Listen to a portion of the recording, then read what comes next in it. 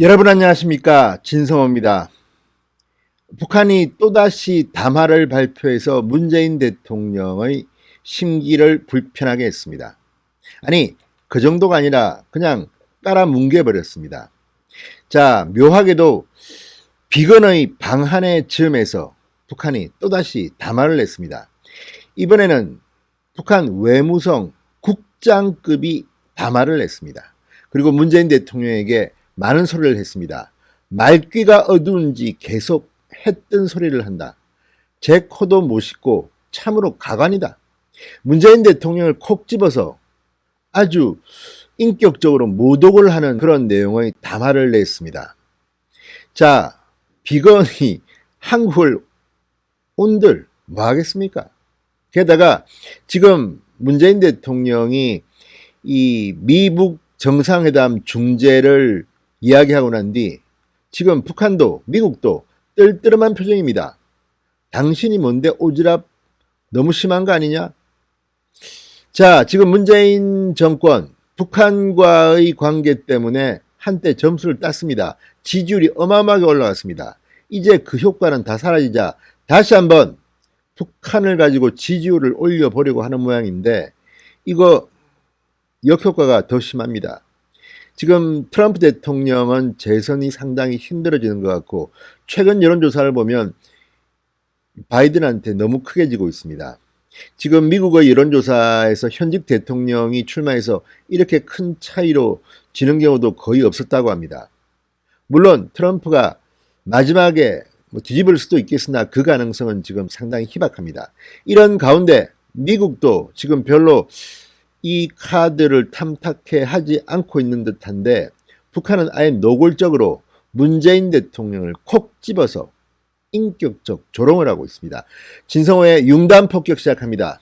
문재인 대통령을 융단 폭격합니다. 방송에 앞서 아직 진성호 방송에 구독자가 아니신 분들은 붉은색 구독 버튼 눌러주십시오. 더 좋은 방송으로 보답하겠습니다.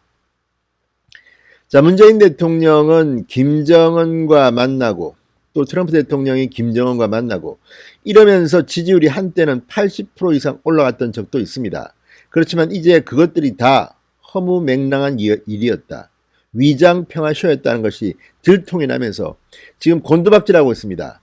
그런 가운데 문재인 대통령이 이 EU 정상회담 때 북미 정상회담을 본인이 중재하겠다고 했다가 지금 북한으로부터 공격을 당하고 있습니다. 아니, 얼마 전에 이야기했잖아. 말귀를 못 알아듣네. 뭐 이런 식의 아주 좀 심할 정도의 모욕을 주는 그런 담화를 냈습니다. 자, 스티븐 비건 미국 국무부 부장관이 방한했습니다. 그런데 이 방한에 맞춰서 북한이 또 한 번 더 문재인 대통령을 비난했습니다. 자, 권정건 북한 외무성 미국 담당 국장, 참 국장급이 지금 담화를 냅니다. 김정은도 아니고 김여정도 아니고 미국 북한 외무성 미국 담당 국장이랍니다. 권정건이가 오늘 담화를 냈습니다. 그리고 문재인 대통령을 맹비난했습니다. 때 아닌 때에 떠오른 조미 북미 순회회담설과 관련하여 얼마 전 우리 외무성 제1부상 최선희를 말합니다. 제1부상은 담화를 통하여 명백한 입장을 발표하였다. 다시 한번 명백히 하는데 우리는 미국 사람들과 마주 앉을 생각이 없다. 이렇게 말했다고 조선중앙통신이 오늘 전했습니다. 자, 권정건 국장은 화살을 문재인 대통령에게 돌립니다. 최선희 담화에서는 때도 모르고 또다시 조미 순회회담 중재 의사를 밝힌 오지랖이 넓은 사람에 대하여서도 언급하였다. 이게 바로 문재인 대통령입니다. 사실 언어도 다르지 않기에 별로 뜯어보지 않아도 쉽게 알아들을 수 있게 명명백백하게 전한 우리의 입장이었다. 이렇게 말했습니다. 언어도 다르지 않아서 사실 뭐 영어처럼 번역이 필요한 것도 아니고 북한이 북한말로 우리나라 말로 같은 언어인데 별로 뜯어보지 않아도 쉽게 알아들을 수 있게 명명백백하게 최선희가 말했는데 또다시 오지랖 넓은 사람이 이렇게 아주 비아냥됩니다. 자, 권 국장은 말합니다. 그럼에도 불구하고 말귀가 어두워서인지 아니면 제 좋은 소리를 하는 데만 습관되어서인지 지금도 남쪽 동네에서는 조미순회 회담을 중지하기 위한 자기들의 노력에는 변함이 없다는 해뜬 소리들이 계속 울려 나오고 있다. 제 좋은 소리를 하는 데만 습관되어서인지 문재인 대통령 이 말 들으면 좀 찔리겠습니다.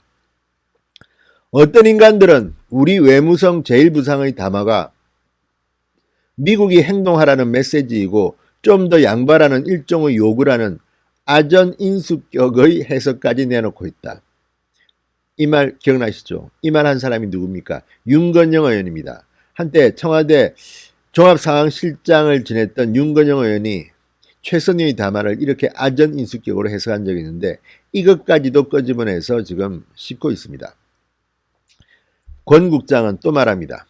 점점 더 복잡하게만 엉켜 돌아가는 조미관계를 바로잡는다고 마치 그 무슨 해결사나 되는 듯이 자체에 나서서 제 코도 못 씻고 남의 코부터 씻어줄 걱정을 하고 있으니 참으로 가관이라 해야 할 것이다.